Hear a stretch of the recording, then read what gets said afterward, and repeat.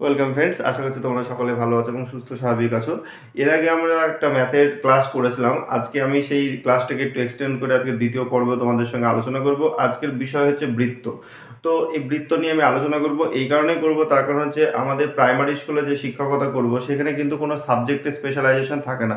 যে কোনো শিক্ষককে যে কোনো ধরনের ক্লাস নেওয়ার জন্য কিন্তু কি বলবো, যোগ্য হওয়া চাই। এবার সেই কারণে তোমাকে খুব বেসিক ম্যাথ জিজ্ঞাসা করতেই পারে, আর সেটার কথা মাথায় রেখে আজ আমার দ্বিতীয় পর্ব ম্যাথের ওপরে।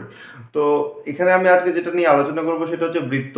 এবার বৃত্ত সম্পর্কে কিভাবে ইন্ট্রোডাকশন দেবে সেটা তো তোমরা সকলে ভালোই জানো, যে হয়তো তোমরা বাচ্চাদেরকে জিজ্ঞাসা করতে পারো যে তোমরা এরকম সাইকেল দেখেছো, সাইকেলের চাকা কেমন হয়, গোল হয়। তো এখান থেকে তুমি বেসিক বৃত্ত সম্পর্কে টপিক আলোচনা করার জন্য পূর্ব পাঠের আলোচনা সেটাভাবে রাখতে পারো।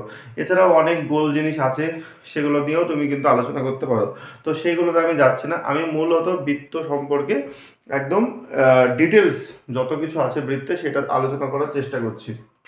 তো প্রথমত আমাদের দেখতে হবে যে বৃত্তটা যে তৈরি হয় সেটা কিভাবে তৈরি হয়। তো সংজ্ঞাটা খুবই সহজভাবে বলতে গেলে, আমরা সেদিন দেখো দুটো বিন্দু নিয়ে আলোচনা করেছিলাম। একটা বিন্দু বলেছিলাম স্থির বিন্দু, আরেকটা হতে পারে কি চলমান বিন্দু। তো সেই বিন্দু দুটোকে কাজে লাগিয়ে আমরা কাজ করবো। ধরো এই ও হচ্ছে একটা বিন্দু, কি বিন্দু? স্থির বিন্দু। আচ্ছা, এই বিন্দু থেকে নির্দিষ্ট একটা দূরত্বে এতে আর একটা বিন্দু আছে। তাহলে কি বললাম? ও হচ্ছে একটা নির্দিষ্ট স্থির বিন্দু, আর ও থেকে একটা নির্দিষ্ট দূরত্বে, এই দূরত্বটা একটা নির্দিষ্ট দূরত্ব হতে পারে 5 সেন্টিমিটার, 10 সেন্টিমিটার, মিটার বা আদার্স যে কোনো একটা দূরত্ব। তো সেই জায়গায় যে বিন্দুটা আছে সেই বিন্দুটা কিন্তু হচ্ছে চলমান বিন্দু। এই বিন্দুটা কিরকম বললাম? চলমান বিন্দু। তো চলমান বিন্দু মানে সে চলতে থাকবে। এবার এই বিন্দুটা যদি এখানে চলতে শুরু করে, তার যাত্রা শুরু করে সে হয়তো দেখা যাচ্ছে ঘুরতে ঘুরতে ঘুরতে ঘুরতে আবার তার যে পূর্বের অবস্থান সেখানে ফিরে গেল। তাহলে কি বললাম? সে যাত্রা শুরু করলো, যাত্রা শুরু করে ঘুরতে ঘুরতে আবার সে পূর্বের অবস্থানে ফিরে আসলো। তখন যে জ্যামিতিক চিত্র বা ক্ষেত্রটা তৈরি হলো সেটার নাম হচ্ছে বৃত্ত। তো বুঝতেই পারছো, এবার এটা একটা কিন্তু গোল হওয়ার কথা, কিন্তু হাতে যে জন্য একটু কিন্তু 19-20 হয়েছে। তো ধরে নাও যে এটা সম্পূর্ণ গোলাকার আকৃতির হয়ে আছে। তো এই হচ্ছে তোমার বৃত্তের ডেফিনেশন। তাহলে বৃত্তের ডেফিনেশন কি বলবে? একটা নির্দিষ্ট বিন্দু থেকে, একটা নির্দিষ্ট স্থির বিন্দু থেকে একটি নির্দিষ্ট দূরত্ব নিয়ে কোনো চলমান বিন্দু যখন যাত্রা শুরু করে পুনরায় তার সেই অবস্থানে ফিরে আসবে, তখন যে জ্যামিতিক চিত্র বা ক্ষেত্রটি তৈরি হবে সেটা হচ্ছে বৃত্ত। এবারে এই যে যাওয়ার যে পথ, এই যে পুরো যাওয়ার যে পথ, এই যে দেখতে পাচ্ছ যে পুরো যে যাওয়ার যে পথ, এই পথের যে দৈর্ঘ্য সেটাই হলো বৃত্তের কি বলতো? পরিধি। সেটাকে কি বলা হয়? বৃত্তের পরিধি। অর্থাৎ একটা বৃত্তের দেখো দুটো অংশ হয়ে যাচ্ছে। এই যে বাউন্ডারি লাইনটা তৈরি হচ্ছে, এই বাউন্ডারি লাইনের ভেতরের একটা অংশ আর বাউন্ডারি লাইনের বাইরের একটা অংশ। এবার ভেতরের যে অংশটা, সেই টোটাল অংশটাকে আমরা তখন বলবো, এই যে ভেতরের টোটাল অংশটা থাকছে, এই টোটাল অংশটা হচ্ছে বৃত্তের কি বলতো? ক্ষেত্রফল। এটাকে বলা হচ্ছে কি? বৃত্তের ক্ষেত্রফল। তো বেসিক জায়গাগুলো আমরা শিখবো প্রথমে। আর এই যে স্থির যে বিন্দুটা, যে বিন্দুটাকে কেন্দ্র করে একটা বিন্দু আর কি ঘুরতে থাকলো, এই যে স্থির বিন্দু, এটা হচ্ছে আমাদের খুব ইম্পর্টেন্ট জিনিস। সেটার নাম হচ্ছে বৃত্তের কি বলতো? এটার নাম হচ্ছে বৃত্তের কেন্দ্র। তাহলে পরীক্ষায় তোমাকে যদি কোনো সময় যে ইন্টারভিউতে যদি জিজ্ঞাসা করে যে বৃত্তের কেন্দ্র কি, তাহলে বলবে যে নির্দিষ্ট বিন্দুকে কেন্দ্র করে একটা চলমান বিন্দু ঘুরছে, সেই নির্দিষ্ট স্থির বিন্দুটা হলো বৃত্তের কেন্দ্র। এবার যদি কেউ তোমাকে ইন্টারভিউ বোর্ডে যদি এরকম একটা গোল চিহ্ন দিয়ে দেয়, দিয়ে তোমাকে যদি বলে এটা কি বৃত্ত, সঙ্গে সঙ্গে বলবে না। কারণ কারণ এখানে বৃত্তের কি নাই? বৃত্তের কেন্দ্র নাই। অতএব তুমি বলতে পারো, যদি এরকম গোল একটা দিয়ে দেয় তখন স্যারকে বলবে স্যার এটা তো বৃত্ত হবে না। তখন বলবে কারণ কি? কারণ এখানে একটা নির্দিষ্ট জায়গায় একটা বৃত্তের কেন্দ্র থাকতে হবে। কারণ তুমি বুঝতেই পারছো, কেন্দ্র না থাকলে, তার নির্দিষ্ট দূরত্ব না থাকলে তবে বৃত্ত কখনোই তৈরি করা সম্ভব না। এবার এই ক্ষেত্রফলের পরিধি বলতে গেলে তুমি একটা ছোট্ট উদাহরণ দিতে পারো। আমরা সকলে দেখেছি যে ছাগল হোক, গরু হোক, আমরা তাদেরকে একটা দড়ির মাধ্যমে কিন্তু খুঁটিতে বেঁধে রাখি, তাই না? তো যদি কল্পনা করো যে আমাদের এরকম পজিশনে একটা ছাগল বা গরুকে খুঁটির মাধ্যমে বেঁধে রেখেছি, তাহলে ছাগলটার যে দড়ির যে টোটাল দৈর্ঘ্য দেখা যায়, টোটাল দৈর্ঘ্য এতটা। তাহলে ছাগল কিন্তু সর্বোচ্চ এই দূরত্ব নিয়ে কিন্তু ঘুরতে থাকবে, ঘুরে ঘুরে ঘুরে ঘুরে এই অংশটা। তাহলে এর বাইরের ঘাস কিন্তু খেতে পারবে না। তাহলে বলতে পারো সেই ছাগলটা সর্বোচ্চ যত এরিয়ার ঘাস খেতে পারবে ভেতরে, সেটা হচ্ছে বৃত্তের ক্ষেত্রফল। আর ছাগলটা সর্বোচ্চ দূরত্ব নিয়ে যে গোল এলাকা তৈরি করবে, সে তার যে ঘোরার যে পথ, সেটা হচ্ছে বৃত্তের পরিধি। তুমি এইভাবেও কিন্তু আলোচনা করতে পারো। তো এই ছিল বৃত্তের সামান্য বেসিক জায়গাটা। এবার আমি আস্তে আস্তে বৃত্তের ভেতরের দিকে প্রবেশ করব। তো আমরা প্রথমে একটা বৃত্ত মোটামুটি অঙ্কন করার চেষ্টা করি।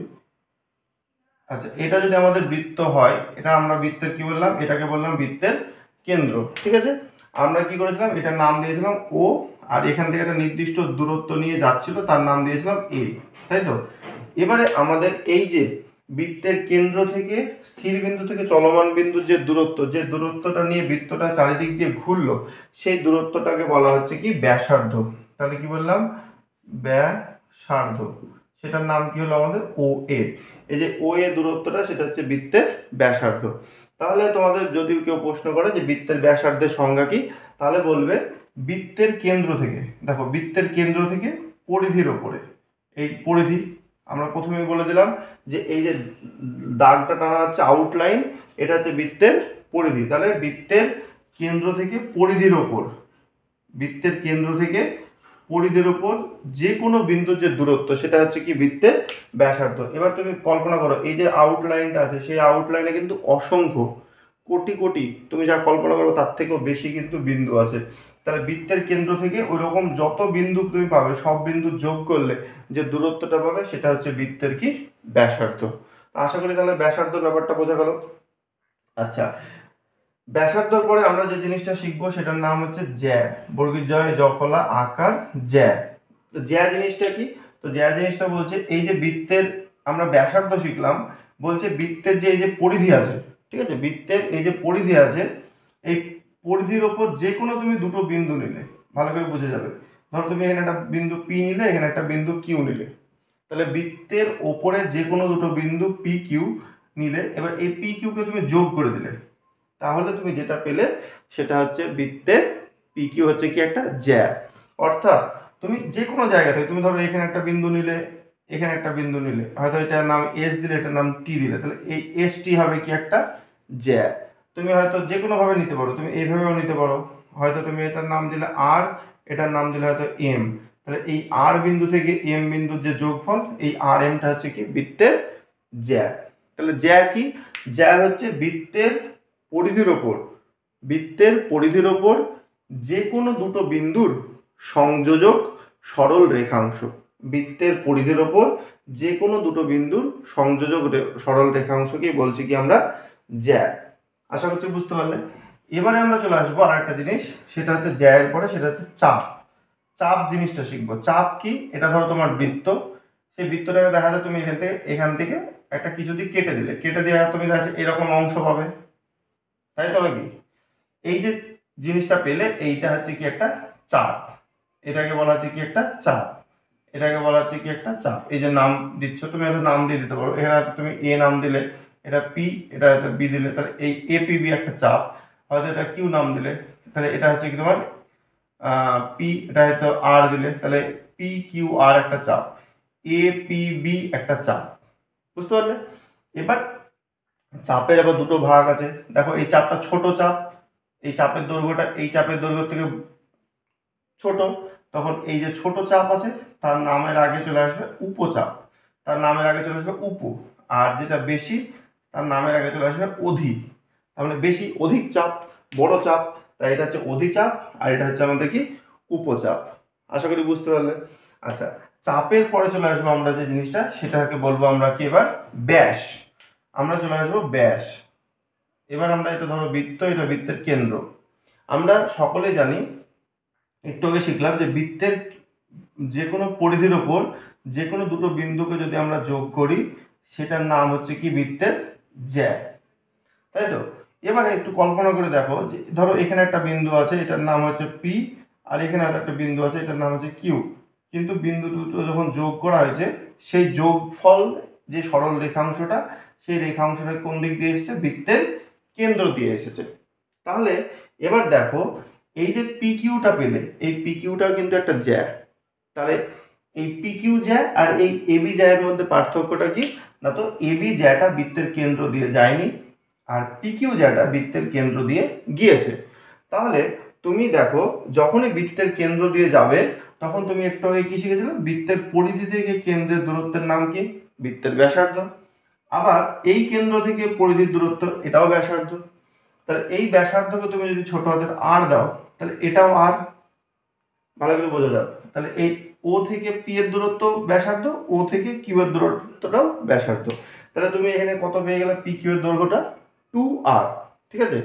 আর এই ধরনের যে জ্যা যেগুলো বৃত্তের কেন্দ্র দিয়ে যাবে তখন তাদের নাম হয়ে যাবে কি, ব্যাস। কি বললাম, তখন তাদের নাম হয়ে যাবে কি বলতো, ব্যাস। তাহলে জ্যা আর ব্যাসের মধ্যে যদি তোমাকে পরীক্ষায় পার্থক্য ধরে তখন কি বলবে, যে স্যার ব্যাস অবশ্যই একটি জ্যা, কিন্তু এই জ্যাটি বৃত্তের কোন দিক দিয়ে যাচ্ছে, কেন্দ্র দিয়ে যাচ্ছে। আর কেন্দ্র দিয়ে যাওয়ার জন্য এই জ্যাটা হবে সবচেয়ে বড় জ্যা। তাহলে একটা বৃত্তের সব থেকে বৃহত্তম জ্যা হচ্ছে কি, বৃত্তের ব্যাস। এবং তার দৈর্ঘ্যটা কি হবে, তার দৈর্ঘ্যটা হবে দেখো, বৃত্তের ব্যাসার্ধ এখানে আর এখানে আর, আর দুটো আর যোগ করলে তুমি কি পেয়ে যাচ্ছ, 2r। ওটাই হচ্ছে বৃত্তের ব্যাস। অর্থাৎ ব্যাসার্ধ যদি তুমি ছোট হাতের আর ধরো তাহলে ব্যাস হচ্ছে কি 2r। তার মানে ব্যাসার্ধকে ডবল করলে কাকে পাচ্ছ তুমি, ব্যাস পাচ্ছ। দেখো দেখো দুটো ব্যাসার্ধ, এই একটা ব্যাসার্ধ এই একটা ব্যাসার্ধ মিলে হচ্ছে ব্যাস। তাহলে এরকম তুমি অসংখ্য ব্যাস কিন্তু এখানে তুমি টানতে পারবে। এই যে অসংখ্য ব্যাস তুমি কিন্তু টানতে পারবে, এটার মাধ্যমে তুমি বুঝতে পারছো। আচ্ছা, এবার আমরা দুটো জিনিস শিখবো। এবার যে জিনিসটা শিখবো তার নাম হচ্ছে আমাদের বৃত্তাংশ। এবার যে জিনিসটা শিখবো তার নাম হচ্ছে কি, বৃত্তাংশ। তো বৃত্তাংশ মানে কি, বৃত্তের একটা অংশ। এই অংশটা কি কি দিয়ে তৈরি হয় সেটা যদি আমরা জানি তাহলে আমাদের আর বুঝতে সুবিধা হবে। এই জিনিসটা তৈরি হবে এইটুকু জিনিস দিয়ে। একটা বৃত্তাংশ তৈরি হয়, মুখস্থ রাখতে হবে কি দিয়ে তৈরি হয়, জ্যা এবং বৃত্ত চাপ দিয়ে। কিরকম, দেখা যায় তোমার এরকম একটা বৃত্ত আছে, ঠিক আছে। এই বৃত্তে তুমি কি করলে, এই বৃত্তে তুমি একটা জ্যা ধরো এখান থেকে তুমি নিয়ে নিলে, ঠিক আছে। এই হচ্ছে তোমার বৃত্ত। তাহলে এখানে তুমি এ বি একটা জ্যা নিলে, এটা বৃত্তের কেন্দ্র ও, এটা তুমি পি নাম দিলে, এটা তুমি কিউ নাম দিলে। একটু আগে আমরা আলোচনা করছিলাম যে এরকম ভাবে যদি একটা বক্ররেখা থাকে, সেই বক্ররেখাটাকে বৃত্তের সাপেক্ষে আমরা কি বলি, চাপ। দেখো এখানে দুটো চাপ আছে, একটা হচ্ছে এপিবি চাপ আর একটা হচ্ছে একিউবি চাপ।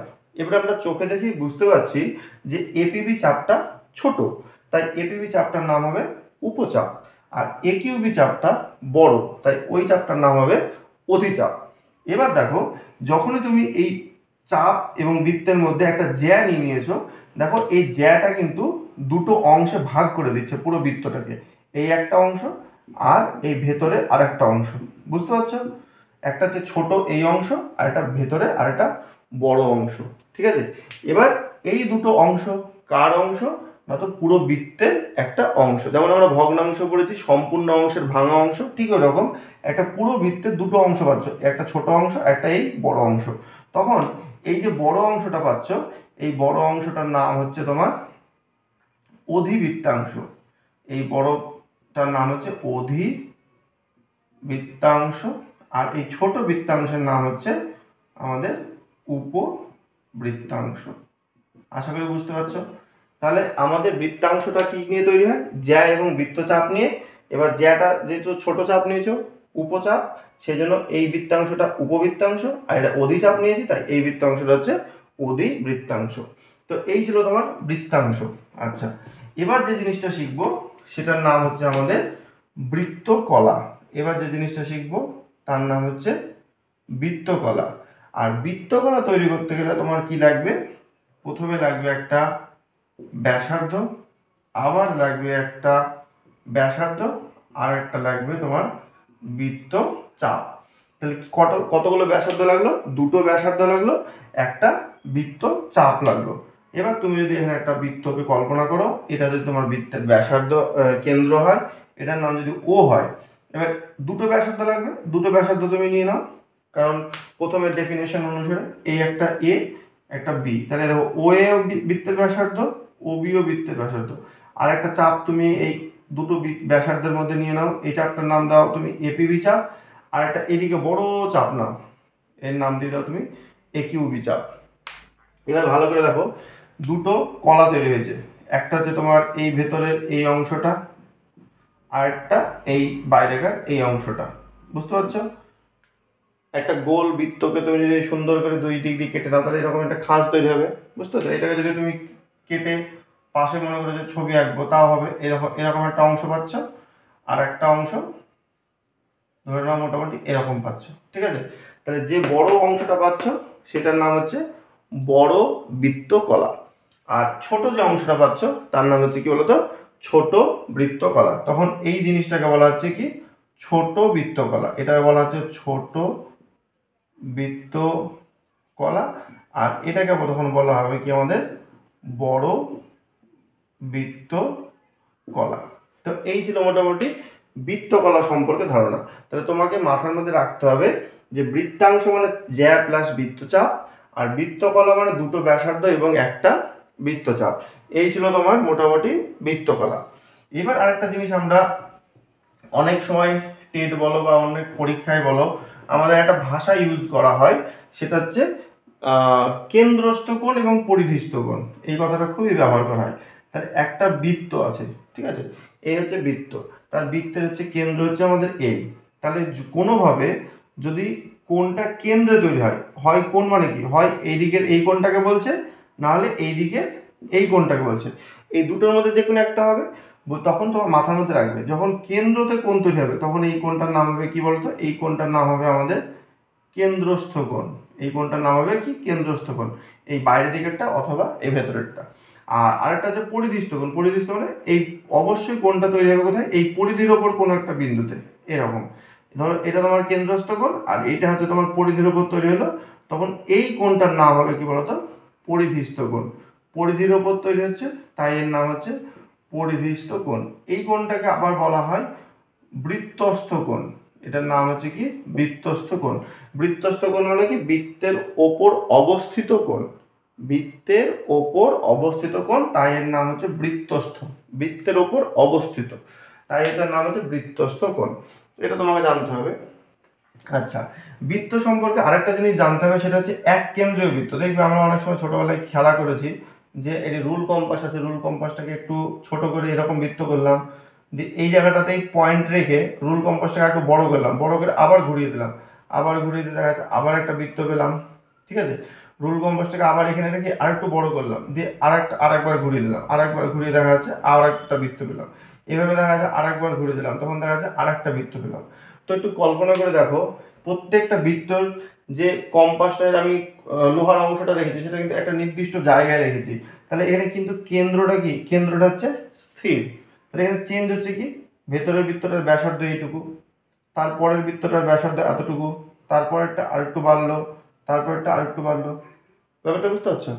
তখন এই যে চারটে বৃত্ত আমরা এঁকেছি, এই চারটে বৃত্তকে আমরা তখন বলবো কি এক কেন্দ্রীয়, এক কেন্দ্রীয় বৃত্ত। কেন বলা হচ্ছে এক কেন্দ্রীয় বৃত্ত? দেখো এই চারটে বৃত্তের কেন্দ্রই কিন্তু একটা, তাই এদেরকে বলা হচ্ছে এক কেন্দ্রীয় বৃত্ত। এবার তোমাকে যদি টেটে জিজ্ঞাসা করে ইন্টারভিউতে যে এক কেন্দ্রীয় বৃত্তের বৈশিষ্ট্য কি, তখন বলবে এক কেন্দ্রীয় বৃত্তের বৈশিষ্ট্য হচ্ছে প্রত্যেকের কেন্দ্র একটা নির্দিষ্ট, কিন্তু দেখো প্রত্যেকের ব্যাসার্ধ আলাদা, এর এইটুকু, এর আরেকটু বড় হলো, এর আরেকটু বড় হলো, এর আরো বড় হলো, কারো ব্যাসার্ধ কিন্তু সমান না, কিন্তু কেন্দ্র একটা নির্দিষ্ট।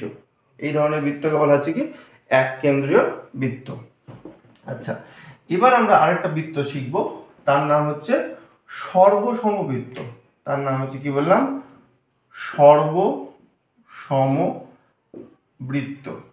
তো কথার মধ্যে কথা দেখো, সর্ব মানে কি সব, আর সম মানে হচ্ছে সমান, আর বৃত্ত মানে তো পড়ছো, তাহলে দুটো তিনটে চারটে 10টা তুমি যতগুলোই বৃত্ত নাও না কেন তাদের সব কিছু যদি সমান হয় তবেই সেই বৃত্তটাকে বলা হবে সর্বসমবৃত্ত। এবার একটা বৃত্তের আছেই বা কি, একটা বৃত্তের তো থাকছে তোমার কেন্দ্র আর দেখতে থাকছে তার ব্যাসার্ধ।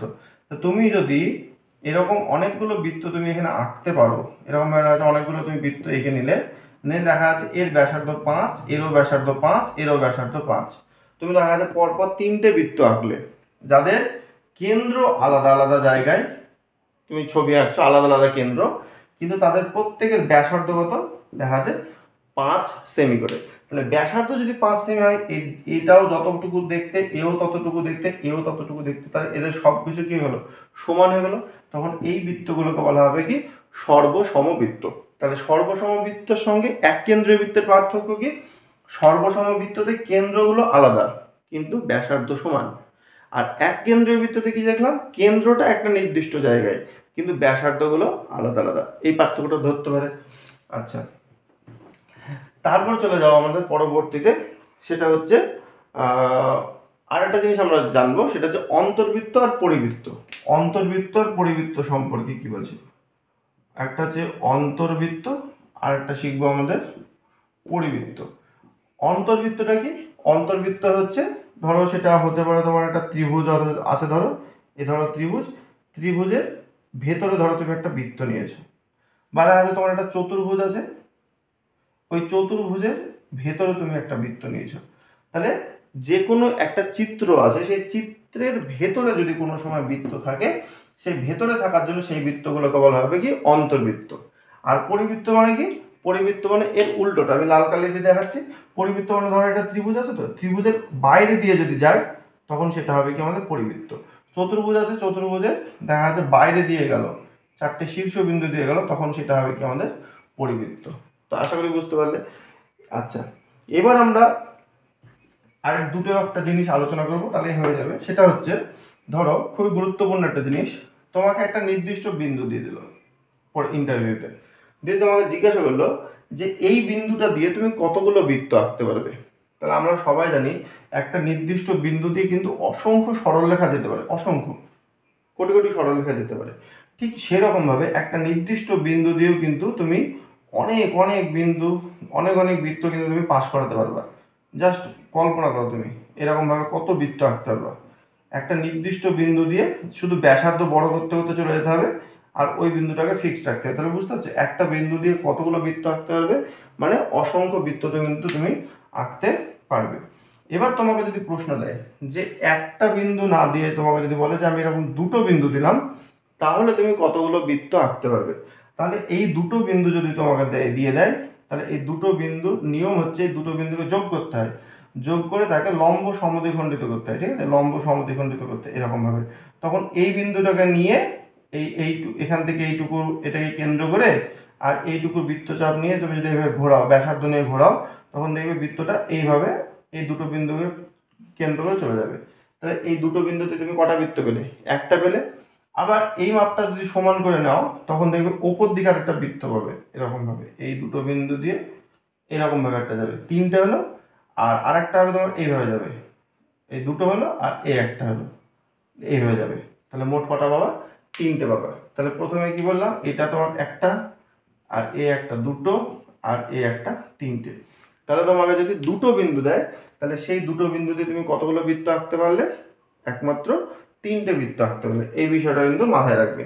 আর এবার আরেকটা জিনিস, গুরুত্বপূর্ণ জিনিস আলোচনা করবো, সেটা হচ্ছে যদি তোমাকে তিনটে এলোমেলো বিন্দু দেয়, ধরো তোমাকে এখানে একটা বিন্দু দিল, এখানে একটা বিন্দু দিল, এখানে একটা বিন্দু দিল, তিনটে বিন্দু দেখো অসমরেখ, তিনটে বিন্দু কিরকম অসমরেখ। তাহলে সমরেখ মানে কি, সেদিন আমরা আলোচনা করিনি হয়তো এই বিষয়টা। সমরেখ মানে হচ্ছে যখন তিনটে বিন্দু একই রেখার উপর অবস্থিত, তিনটে বলে না, তিনের বেশিও থাকতে পারে, যে বিন্দুগুলো যদি একই সরলরেখার উপর অবস্থিত হয় তখন তাদেরকে বলা হচ্ছে সমরেখ।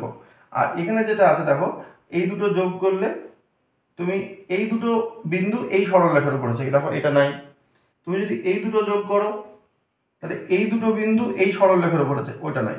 তাহলে তিনটে বিন্দুই কিন্তু এরকম ভাবে একই সরলরেখায় থাকছে না, তখন এই তিনটে বিন্দুকে বলা হচ্ছে অসমরেখ বিন্দু। তো পরীক্ষা জিজ্ঞাসা করে যে এরকম যদি অসমরেখ বিন্দু দেওয়া হয় তিনটে, তাহলে কতগুলো বৃত্ত পাওয়া যাবে। তো এইটার ক্ষেত্রে কিন্তু তুমি একটা বৃত্ত পাবে, এবং নিয়মটা হচ্ছে কি, এই যে সরলরেখা অংশটা আছে একে তোমার এরকম লম্ব সমদ্বিখণ্ডিত করতে হয়, আর এই যে সরলরেখা অংশটা আছে একেও তোমাকে এরকম ভাবে লম্ব সমদ্বিখণ্ডিত করতে হবে। এই দুটো লম্ব সমদ্বিখণ্ডক যেখানে যোগ হবে, সেখান থেকে যে কোনো একটা বিন্দু যোগ করবা, যোগ করে এইকে কেন্দ্র করে যদি ঘোরাও, তখন দেখবে বিন্দু তিনটের মাথা দিয়ে এইভাবে বৃত্ত হয়ে যাবে। তখন এই বৃত্তটার সংখ্যা হবে কিন্তু একদম একটি নির্দিষ্ট। তাহলে তোমার পরীক্ষায় যদি জিজ্ঞাসা করে যে 3টে অসমরেখ বিন্দু দিয়ে কতগুলো বৃত্ত পাওয়া যাবে, তখন বলবে একটা। আর যদি 3টে বিন্দুই এরকম সমরেখ হয় তাহলে কিন্তু কোনো বৃত্ত পাবে না। এইরকম 3টে বিন্দু যদি সমরেখ হয় তাহলে বৃত্ত কিন্তু পাবে না, ঠিক আছে, 0টি, মানে কোনো বৃত্ত তুমি তৈরি করতে পারবে না। তো এই ছিল মোটামুটি তোমাদের বৃত্ত সম্পর্কে টুকটাক আলোচনা, যেখানে আমরা মোটামুটি কভার করার চেষ্টা করলাম যতগুলো তোমার টপিক নিয়ে আলোচনা করা যেতে পারে। তো এই ছিল আজকের বিষয়। তো দেখো তোমাদের কেমন কি লাগলো। আরও কিছু হয়তো বলবো ভাবছিলাম, কিন্তু ঠিক এই সময় আর স্মরণে আসছে না। তো এগুলোর বাইরেও যদি তোমাদের কিছু জানার ইচ্ছা থাকে সেটা একটু কমেন্টে জানাবে বৃত্ত সম্পর্কে, তাহলে আমি সেগুলো তাহলে না কোনোভাবে আলোচনা করার চেষ্টা করবো পরবর্তী ভিডিও। তো সকলে ভালো থাকবে।